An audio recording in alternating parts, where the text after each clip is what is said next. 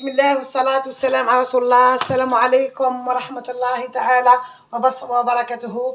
دائما مع أم ريم ووصفات التقليدية البسيطة الجزائرية إن شاء الله نقدمها في هذا العيد للمبتدئات. أنا حبيت نشارككم حتى أنا العصبانة كيفاه نديروها هنا في بسكرة وكيفاه نديرها أنا بطريقتي الخاصة للمبتدئات حتى يتعلموا قبل العيد ما بين ما يعني ربي يحيينا نهار العيد باش يطيبوها إن شاء الله. إحنا هذه العصبانة نخدموها يعني من الدوارة نخدموا، نجيبوا الدواره نغسلوها نقوها نغسلوها نكرطوها كل حاجه.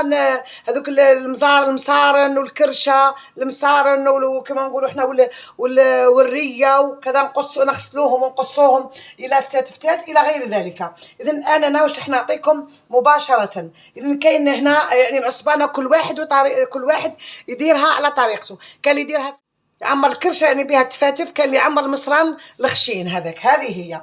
انا اليوم راح نديرها لكم طريقه عاديه مبسطه. اذا اول حاجه واش درت؟ عندي هنا الكرشه غسلتها كرطتها، عندي غير قليل من الكرشه. وصراحه احنا في بسكره ما نكرطوش الكرشه، انا كرطتها هذه المره لكن تاع العيد الكبير باذن الله ما نكرطهاش، نغسلها مليح ونقيها بصح ما نحيلهاش هذيك. انا درتها هنا كرطتها يعني نقيتها ما شاء الله جات نقيه وكل، لكن احنا نحبوها الطريقه تاعها العاديه هذه. اذا عندي هنا شويه كرشه باش دوكا نقسمها الى دي بوش يعني الى جيوب صغيره، نقسمها الى قطع صغيره ثم نخيطها الى قطع صغيره. نعطيكم المكونات مباشره. انا هنا واش عندي تفاتف كامل هذوك مصارن كرشه المجبنه ريه غليتهم قلت مليح في الماء والخل والملح، ومن بعد كي صفيتهم قطرتهم وقطعتهم قطع صغيره وعقبتهم شويه في اشواغ، لكنها ماهيش مقطعه ياسر يعني ماهيش قرقيقه ياسر، مليحه مقبوله.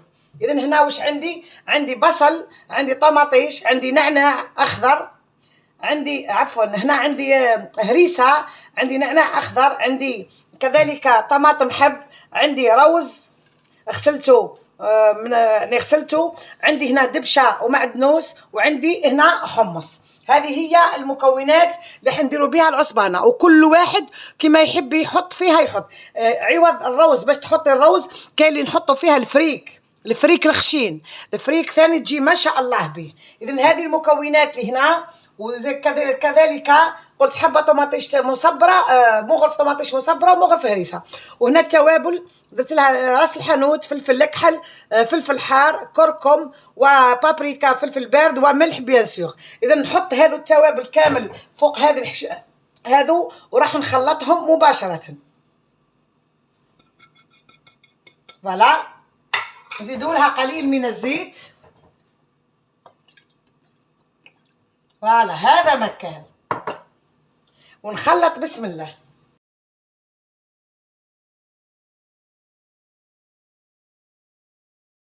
قلت احنا في بسكرة نهضر على منطقة بسكرة، يعني احنا عندنا العصبانة كاين اللي يدير معاها ان صوص حمراء معاها حمص فقط، وكاين اللي يديرها مع الكسكسي ثاني تجي ما شاء الله. وكاين كيما انا تعلمتها على عزوجتي ربي يرحمها في هالعواشير المباركة ويغفر لها وينعمها ان شاء الله، ديرها مع شخشوخة الفرن. فوالا اذا هذه هي العصبانه نتاعي، تخليها على الاقل ساعه من زمان تشرب الدواوات نتاعها. اذا هنا بعد ما كملت من هذه نرجع لكم الى الكرشه هنا راح نجيب مقص ونقطعها الى قطع صغيره، قطع يعني حسب العائله، يعني حسب واش نحبي في العائله. ها هنا مجبوله مطبقه ما قسمتهاش، يعني كرشه كرتها غسلتها جات ما شاء الله تنظ. هذه درت لها باش عدت بيضه، درت المسخون ودرت لها حطيتها في المسخون واحد 10 مينوت، ودرت لها لا لوفير شيميك يعني خميره الكاطو فقط. بعد 10 دقائق بديت نكرط فيها يعني بالموس مباشره تنحات لي. نقطع هذه الكرشه تاعي الى قطع كاريات يعني مربعات متساويه، ونشوف قداه نحبها تجيني باش نبدا نعمر بها. نعمر هذه الكرشه تاعي نعمرها بالدرسه هذه والمكونات هذه الخلطه اللي درتها. اذا هذه هي كيفيه تحضير العصبانه تاع العيد باذن الله، ونعلموا هكا نعلموا بنياتنا ونحافظوا على عاداتنا وتقاليدنا وان شاء الله ما نسوهمش باذن الله. اذا بعد ما كملت قصيت الكرشه تاعي، هنا راح نبدا نعمرها في لي بوشيت هذو. كونت هذو لي بوشيت، كاين اللي قصيتهم وكاين اللي خيطتهم على جناب. هذو ها نعمرهم يجوني واحد 3 4 فقط، ماشي ما عنديش يعني كميه كبيره. انا راح نعمر معاكم الدواره تاعي. فوالا شوفي ها هي نعمرها بلا فاخس. هذه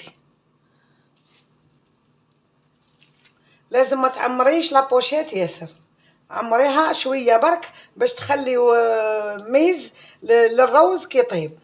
كاين اللي ما يديروش الخيط، ما يستعملوش الخيط، يستعملوا الكردون. فوالا شوف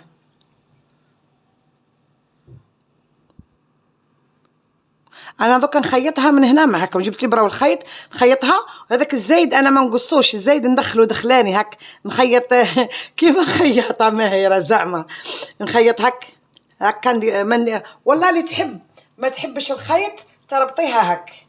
فوالا يربطوها كموزات كموزات هك. انا نخيطها تجيني احسن.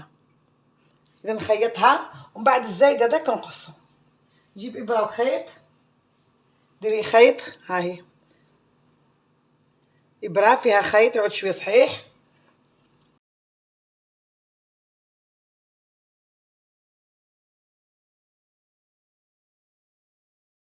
هذه هي دواره هذه هي العصبانه نتاعي. ها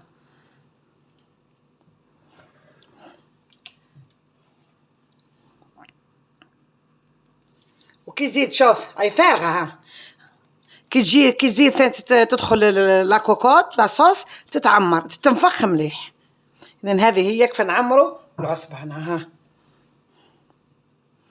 نحطها ونزيد نعمر واحده اخرى.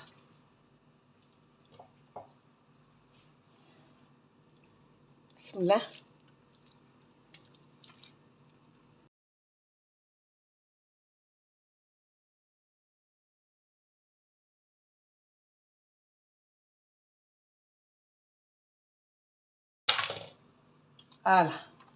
هذه الثانيه. نكمل كامل هذا تاعي ونرجع معاكم في طريقه تحضير العصبانه بلا صوص. اذا بسم الله ننتقل مباشره الى طريقه تحضير كسكسي بالعصبانه، يعني الاكله الشعبيه التقليديه الجزائريه الاصيله. اذا بسم الله. هنا عندي العصبانه تاعي اللي شكلتها معاكم قبيله، جاوني 4 حبات عصبان. ها هي جات ما شاء الله.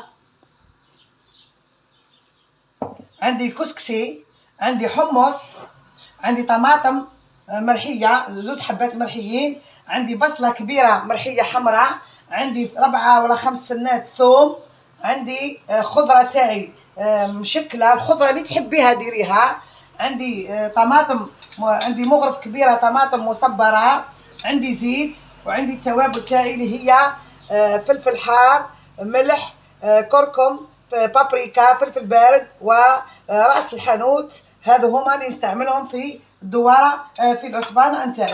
وعندي ماء سخون للتمريق فقط. اذا الان نحن نمر مباشره ندير العمليه مباشره. اذا هنا عندي الكسكسي تاعي اللي فتلته معاكم في الاسبوع هذا الماضي، كسكسي جديد. ها صنع منزلي. فوالا نحيه بجيه. انا راح نحضر العصبانه تاعي مباشره. اذا نمر مباشره الى طريقه تحضير لاصوص تاع العصبانه. نجيب الاناء تاعي لا كوكوط تاعي، حميتها شويه سخنتها، ندير فيها 2 مغارف زيت فقط. اذا نحط 2 مغارف زيت، نحط فيها بصل اللي رحيته، الله بصل والثوم، نخليهم يتكتكوا لي مليح فوق فيه بالزيت سخون، وثم باش نرمي عليهم العصبان.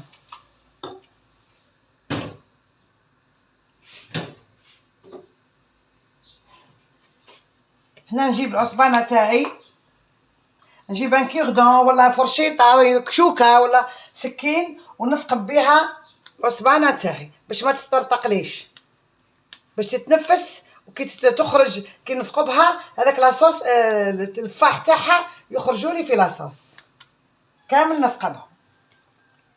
انا درتهم شويه كبار، يعني درتهم عصبانه كبيره تاع كسكسي، لازم تجي مليحه، تجي كبيره. اذا نثقبهم كامل.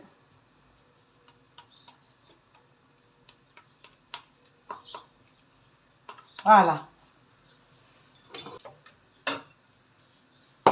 الان نجيب هذيك البصله تاعي والثوم والزيت اللي تقلاو مليح هنا، ونحط العصبانه تاعي بالعقل. انا درتها كبيره، قلت تاع كسكسي. بسم الله بسم الله بسم الله. فوالا.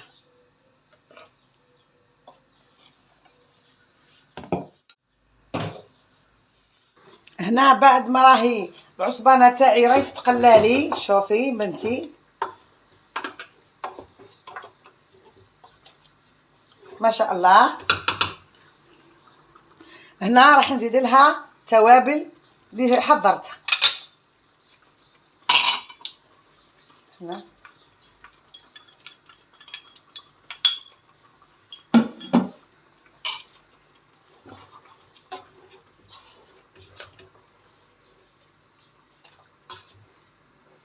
نخلط مليح ونخليها تتشرب لي هذاك نكهة التوابل. الآن نجيب طماطم اللي رحيتها نحطها،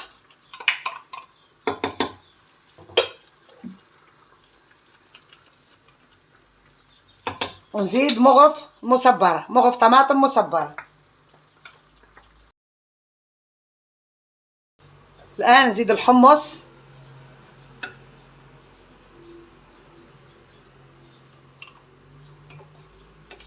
الحمص تاعي مرنخ باك مشمخ ماهوش طايب.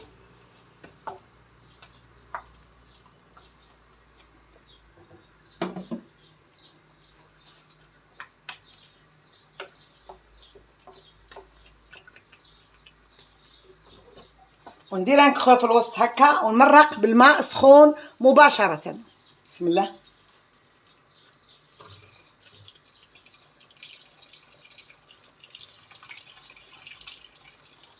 فوالا.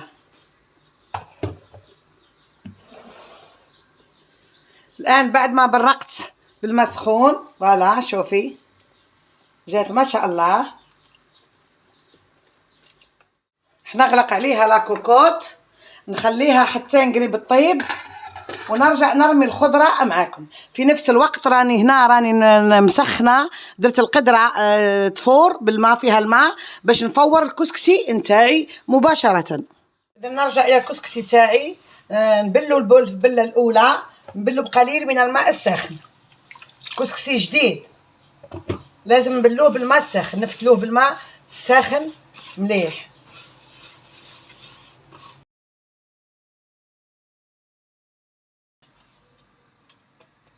دوكا نخليه هذا الكسكسي نخليه يشيح شويه، وندير له قليل من الزيت، ونفوروا الفوره الاولى مباشره. اذا هنا بعد ما فارت لي الكسكسي الفوره الاولى، راح نسومها بالماء، الماء الساخن دائما نستعمل فيها الماء الساخن. ندير لها الماء سخون مليح، نبلها مليح ونخليها تقطر، وندير لها شويه ملح وزيت، ونفورها الفوره الثانيه. هذا بالنسبه الى الكسكسي. الان نروح نشوف الى نرجع الى الكوكوطه نتاعي. على الكوكوطه راهي طيب.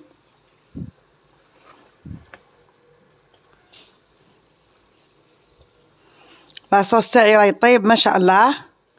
الان كي طيب لي لاصوص نرمي الخضره مباشره هنا. كي طيب لي العصبانه تاعي نرمي الخضره مباشره هنا، ونفور الكسكسي الفوره الثانيه بالملح وشويه زيت، وزيدوا الفوره الثالثه بشويه سمن ولا مارغرين، ونلتقي معاكم مباشره في صحن التقديم. اذا بعد ما كملت الكسكسي تاعي، ها هي الطريقه، ها هو كسكسي بالعصبان جا ما شاء الله. نتمنى طريقه ام مريم التقليديه البسيطه لتحضير كسكسي بالعصبان، عصبان العيد ان شاء الله. ونتمنى لبنياتنا المبتدئات يتبعوا طريقتنا، يعني اسهل الطريقه التقليديه هي اسهل طريقه.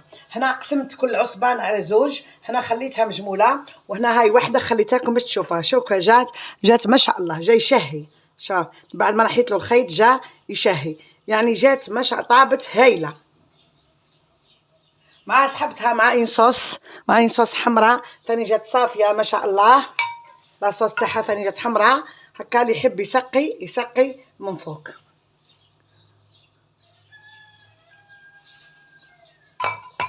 إذا كانت هذه وصفة أم مريم لنهار اليوم، كسكسي بالعصبانة. نتمنى تعود عجبتكم طريقتي وشهيتكم في الجنة، والناس الصايمين صيامكم في الجنة. دمتم في رعاية الله وحفظه، والسلام عليكم ورحمة الله تعالى وبركاته.